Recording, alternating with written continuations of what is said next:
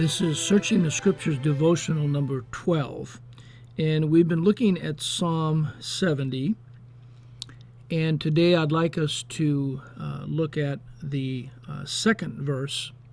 That says, "Let them be ashamed and confounded that seek after my soul. Let them be turned backward and put to confusion that desire my hurt." I'll read verse 3 too. "Let them be turned back for a reward of their shame that say, Aha." And in the psalm and others, we see that it's a psalm of David, and David is a representation or a type of the Lord Jesus Christ. And it's very evident in this psalm and other psalms as well that Christians have had to suffer just as their Messiah did, who declares in John 15:20, "Remember the word that I said unto you, the servant is not greater than his Lord. If they have persecuted me, they will also persecute you. If they have kept my saying, they will keep yours also." And this is certainly the case with both David as well as the Lord Jesus, who were targeted for death by the jealousy and hatred of others. With David, it was Saul, his own father-in-law, and the first king of Israel. We read in 1 Samuel 23:14, "And David abode in the wilderness in strongholds, and remained in a mountain in the wilderness of Ziph. And Saul sought him every day, but God delivered him not into his hand."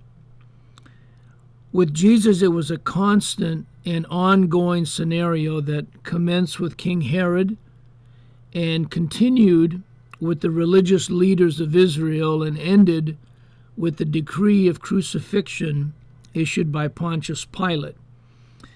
Consider just one account in John 8:37 and 40. "I know that ye are Abraham's seed, but ye seek to kill me, because my word hath no place in you. But now ye seek to kill me, a man that hath told you the truth, which I have heard of God." All such efforts were fueled by Satan and unbelievers who are taken captive by him at his will, according to 2 Timothy 2:26. However, all such wicked plans would not come to fruition without God's express consent, as we just read in 1 Samuel 23:14b.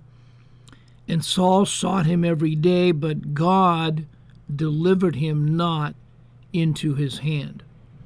A similar statement was uttered by the Lord in the Garden of Gethsemane in Matthew 25:55-56.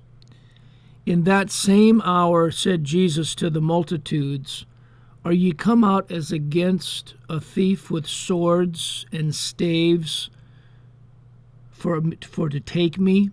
I sat daily with you, teaching in the temple, and ye laid no hold on me. But all this was done that the scriptures of the prophets might be fulfilled. Then all the disciples forsook him and fled."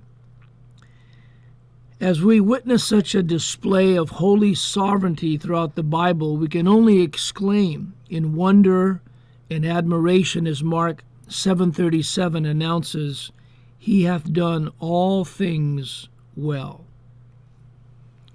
Psalm 70 verse 2 also describes the downfall of all who oppose God, His Word, and the true believers. The Apostle Paul's teacher, Gamaliel, summed it up as Luke, under divine inspiration, recorded in Acts 5:38-39. "And now I say unto you, refrain from these men, and let them alone. For if this counsel or this work be of men, it will come to naught. But if it be of God, ye cannot overthrow it, lest haply ye be found even to fight against God. The Hebrew word translated as turn back in verse 3 of Psalm 70 is also found in the following citations that speak about death and destruction. In the first verse, it occurs as turned, and in the second verse, it is translated as render.